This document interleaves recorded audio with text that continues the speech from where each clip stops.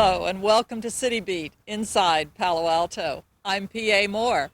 You know, April is Earth Day month, and we're going to be honoring that occasion with a number of different things. We'll talk about water pollution prevention, or talk about mercury in the bay. We're going to learn more about sustainability. Plus, we'll have our features, Trash Busters and the History Corner. Do stay with us. Mercury is one of the biggest hazards we have in water pollution. And with me is environmental specialist Julie Weiss to talk about mercury in our waters. Julie, tell me, why is mercury such a big deal? Mercury is a pollutant that's actually a concern nationwide for all of our waterways, both in the creeks and in San Francisco Bay. And it's a problem because when mercury travels down our creeks, gets into the bay, it begins to work its way up the food chain, which is a problem for both wildlife and for people who eat fish that are caught from the bay.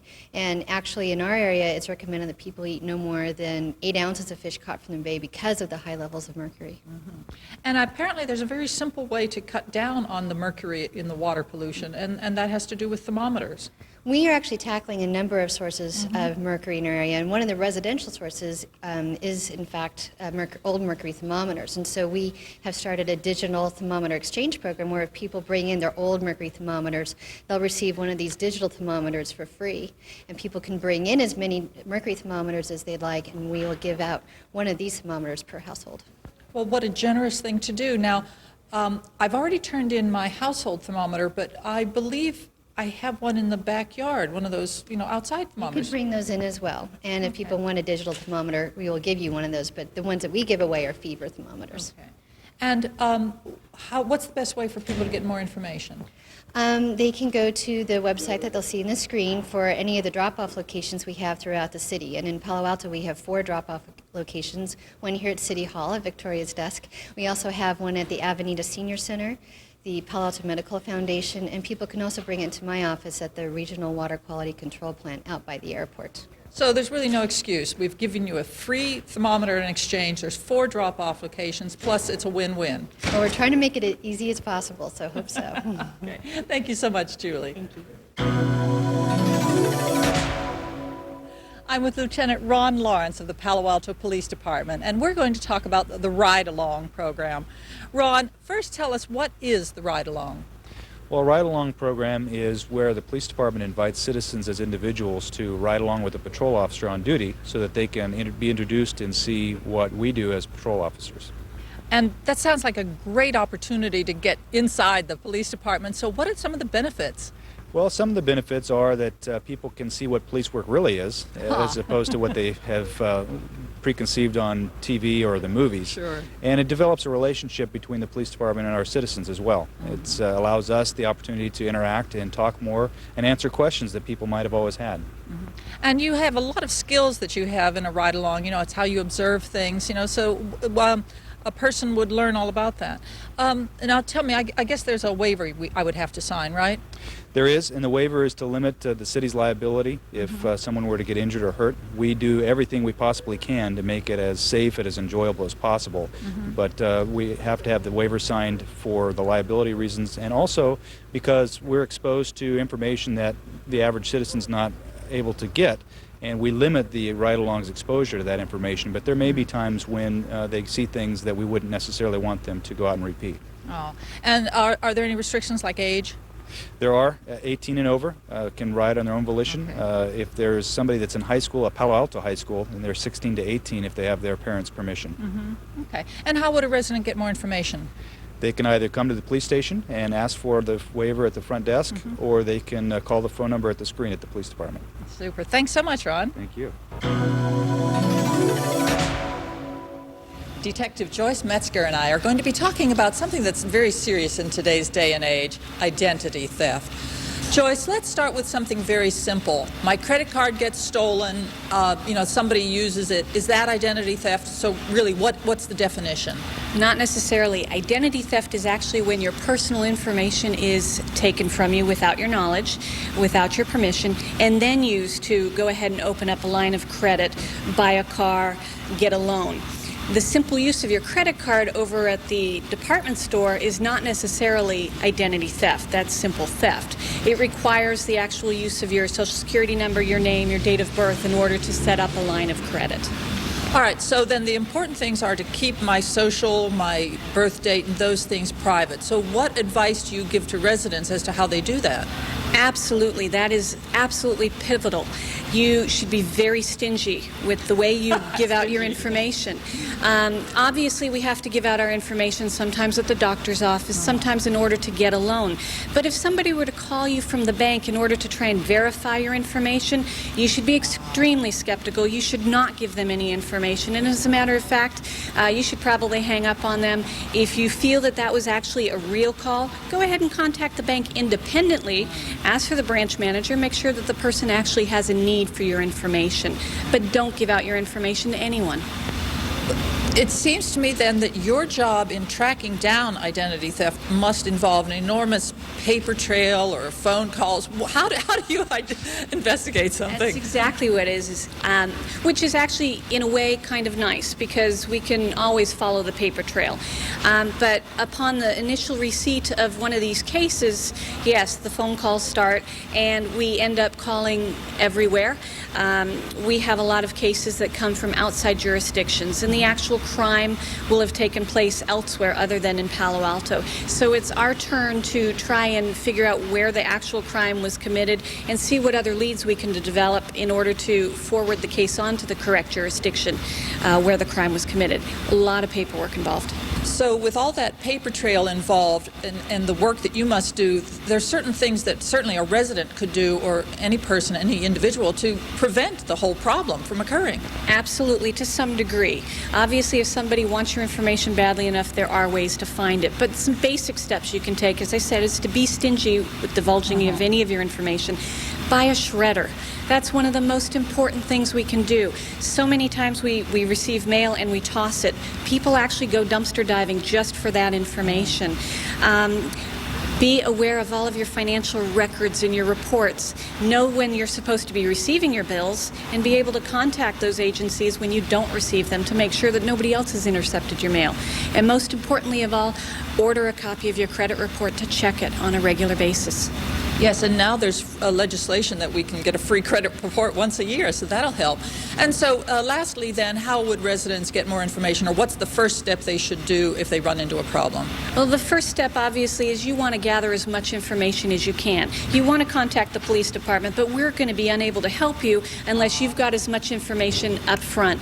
Other agencies don't want to talk to us because they don't know that we're not some bad guy. So it behooves you to get as much information. Contact the police department, and for any further help, you can always contact the Federal Trade Commission. If you simply Google identity theft, you'll come up with over 1 million hits. Oh, wow. But the Federal Trade Commission is up on the first two or three sites, and that's one of your best resources. Oh, thank you so much. Thank you.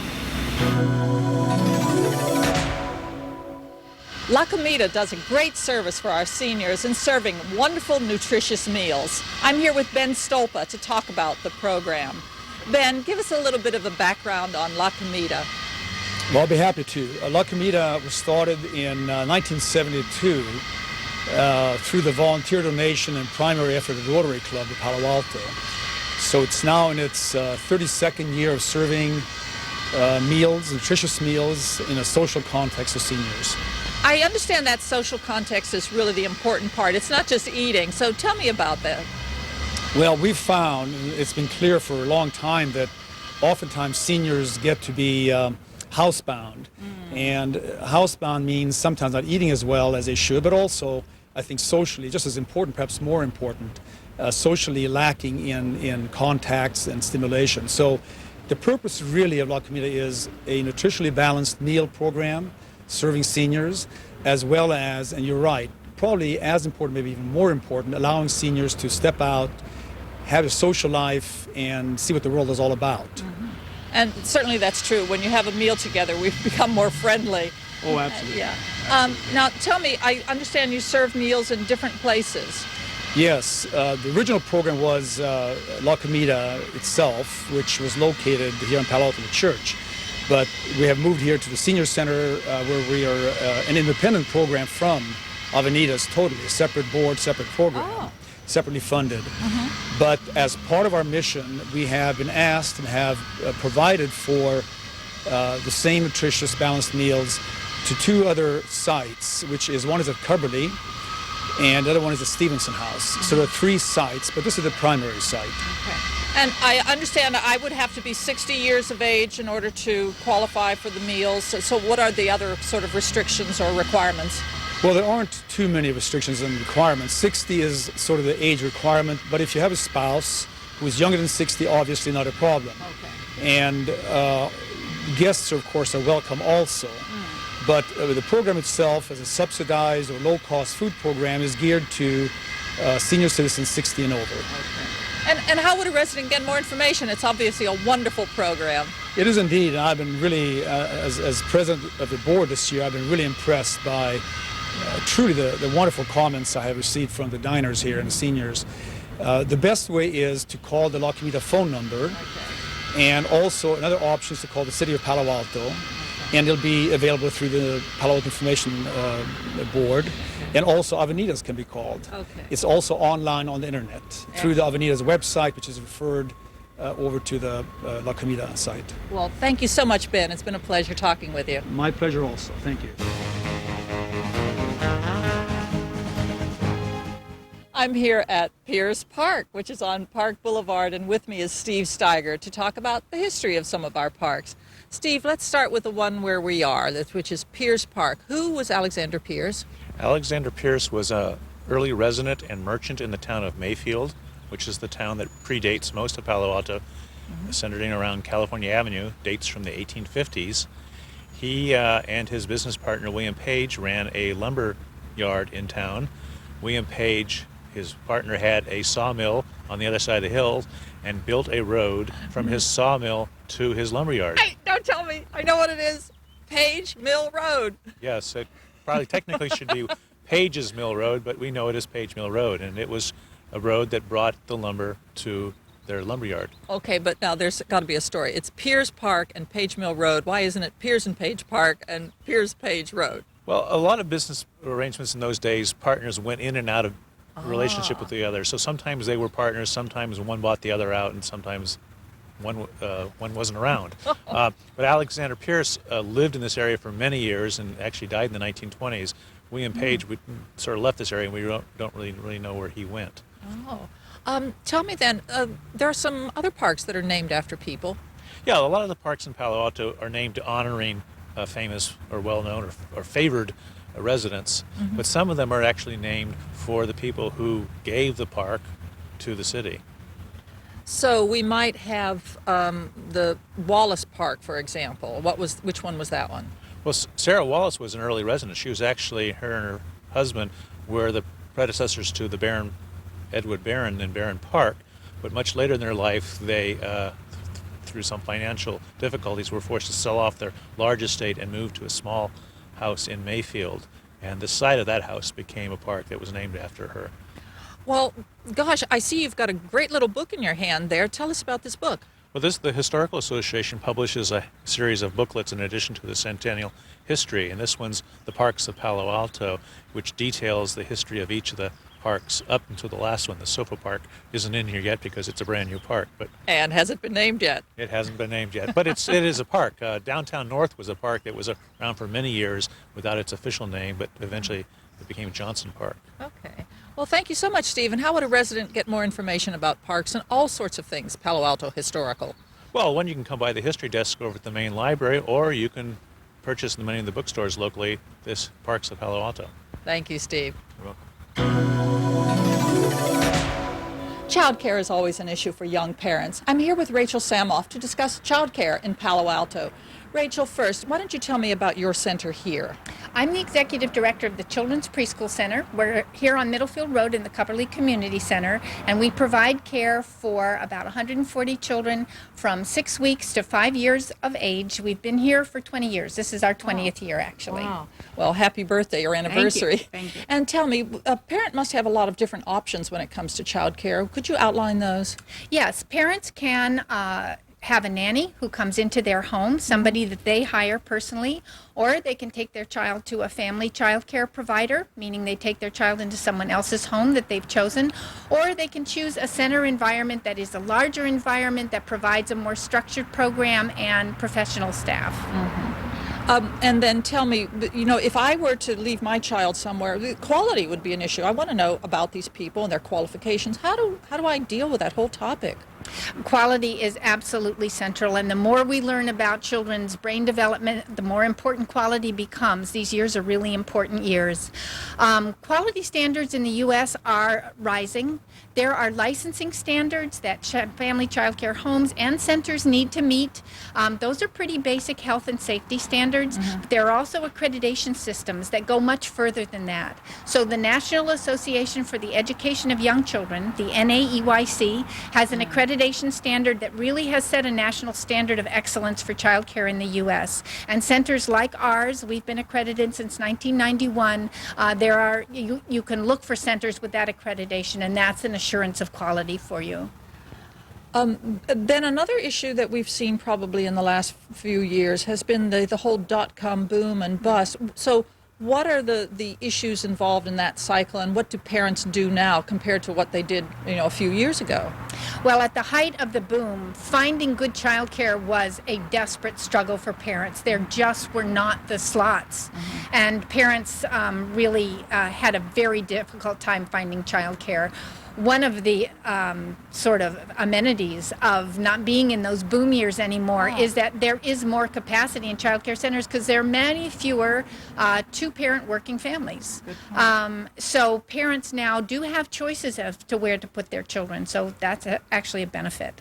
Okay. And if a person chose your center, how would they get more information? They could give us a call at 650-493-5770, and they can visit our website. There's a lot of information there. Super. Thank you so much, Rachel. Oh, you're welcome. Earlier in the show, we were talking about mercury with Julie Weiss and our digital thermometer exchange. Now we're here with Stephanie Hughes, and we're going to talk about mercury from a much bigger point of view. Stephanie, I hear that mercury is really a regional problem. Tell us about it. Well, indeed, in the South San Francisco Bay, there is considerable amount of mercury in the sediment of the bay and now in the fish of San Francisco Bay. And quite a bit of that, the largest percentage of that, has come from abandoned mercury mines in the San Jose area. In fact, there are about 18 abandoned mines in the San Jose South County area. The largest of that is Almaden Quicksilver Park now. You may be familiar with that park. And at all of those mines, they would mine this this rock here, this mineral called cinnabar, which contains over half mercury. Wow. And they would mine this. It started in the 1840s, and they mined it until the 1970s. It's the largest mercury mine in all of the United States. Well, that's absolutely fascinating. And so the heavy rain means that the mercury runs out of the soil into the bay, and we're stuck with all that mercury. So how much mercury do we have to reduce in our bays here? Well, there's quite a lot of mercury that's still coming off of from those old mining practices. The mining is all done, but the miners left a lot of sediment in the Guadalupe River watershed. And now what's happening is about 200 pounds a year of mercury is coming down the Guadalupe River watershed every time it rains, as you said. About 200 pounds a year ends up making it down to San Francisco Bay. Wow. Well, but switching from mines and water, isn't there something about dentistry and the fact that they also contribute a great deal of mercury into our supply? Excuse me, yes. The dental offices contribute significantly to the wastewater treatment plants. So here at the Palo Alto wastewater treatment plant, we have about 20 pounds a year of mercury that enters our facility. So you can compare that to the 200 pounds a year from the mining operation that's still a legacy pollutant coming into the bay. So for us, we're worried about 20 pounds a year, which is a smaller number, but still very significant. And it's incumbent on us to do our part at the wastewater treatment plant to reduce that. And it turns out of that 20 pounds a year, about half of that is indeed from dental offices. So we have been working since January of 2000 with the local dental society to try and change some of the dental practices and how they use mercury amalgam. And that has now led to a new ordinance that the City Council has just passed, which will require special amalgam separators to be installed in all our local dental offices. And that should reduce their impact to the wastewater mercury quite significantly. Gosh, Stephanie, you sound like you have this fascinating array of things here that are going on at the water treatment plant. Tell me, what's the most fascinating part of your job? It must be the variety, I would guess. Well, there is quite a lot of variety. It's very interesting when we're working with mercury and pesticides and all kinds of different organic and inorganic chemicals, and working with all kinds of different people, residents and to dentists. So, Wow, super. yeah. And how would a resident or a dentist get more information about the mercury and preventing that? Sure, just simply look at the city's website. Super. Thanks so much. Oh, you're welcome.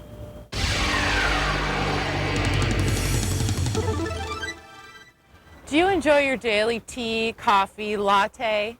Well, by the sheer number of coffee shops in Palo Alto alone, it's obvious that this is a very popular thing to have your daily jolt. But when you go to the coffee shop, what do you use? Do you use a reusable or a disposable? This Earth Day, which is April 22nd, the recycling program would like to encourage you to change your habit. If you're using disposables, don't change it if you use reusables. But change your habit and use a reusable mug. You can bring one from home. The coffee shops even usually carry one that you could purchase. And this little change your habit, I know you're saying, this is just one little cup. But the Earthworks group estimated that the polystyrene cups alone, and there are paper cups too that I'm not talking about, but if you line them up end to end, the amount of polystyrene cups made in just one day, a single day, they would circle the Earth. So we're talking about a large number of cups. This is a lot of natural resources. Add the paper cups in too. We're talking about trees and oil and energy and water.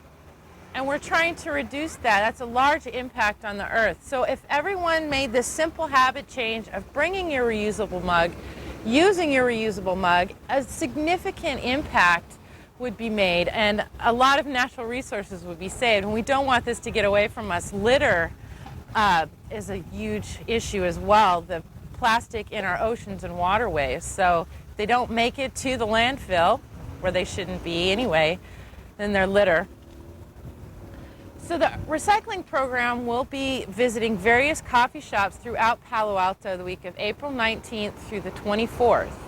And if you're using your reusable mug, please come see us and we can sign you up into a drawing to win a variety of great prizes.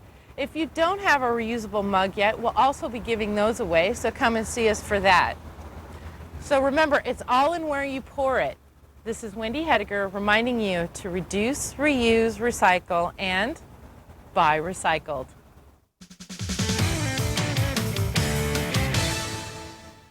It's Easter time, and Easter brings its own special set of problems for the animal shelter. I'm with Sandy Stadler, and we're going to talk about some of those. So what happens in Easter and pets?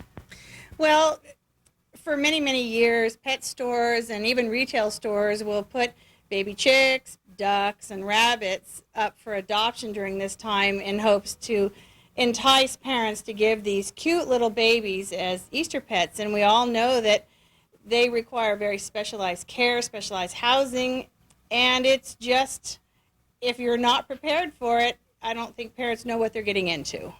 So really there's an issue here about matching the pet with the child and making it age relevant and all of those things. What advice do you have? It's even so much more than that. I mean, these are the types of animals that they have special housing needs, special medical needs. I mean, ducks are not a house pet, nor are chickens.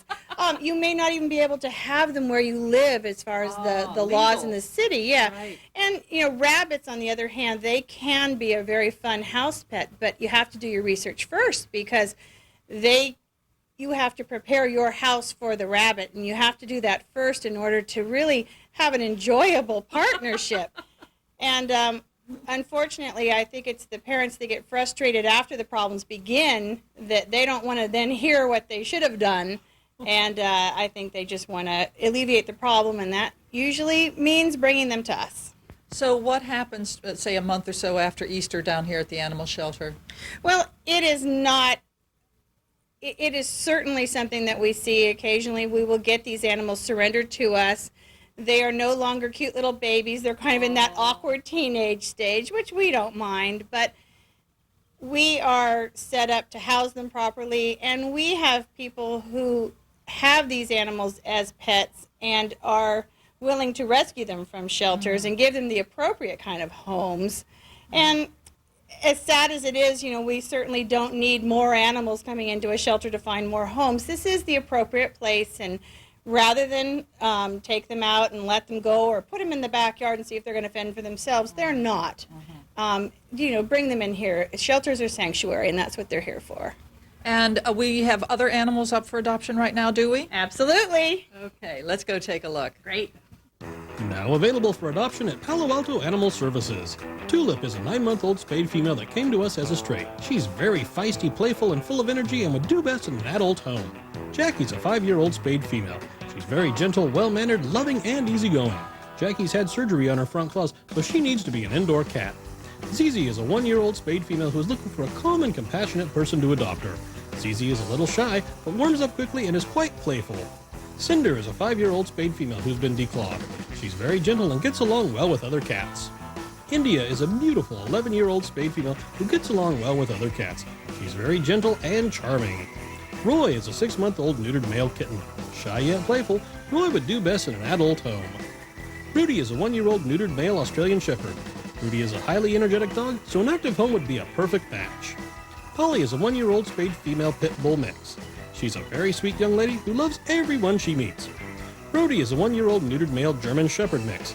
He's a little shy at first, but warms up quickly with a little love and patience.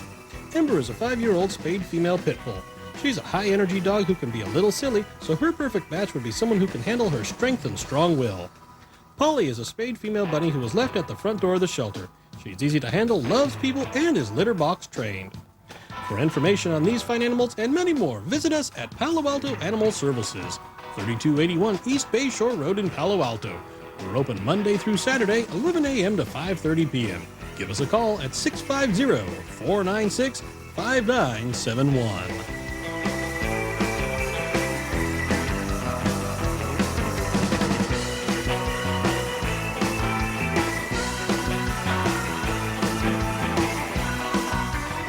Thanks so much for watching CityBeat inside Palo Alto. I'm P.A. Moore. And remember, if you have any questions or comments about the show, be sure to send them to the email address listed at the end of the credits. See you next time.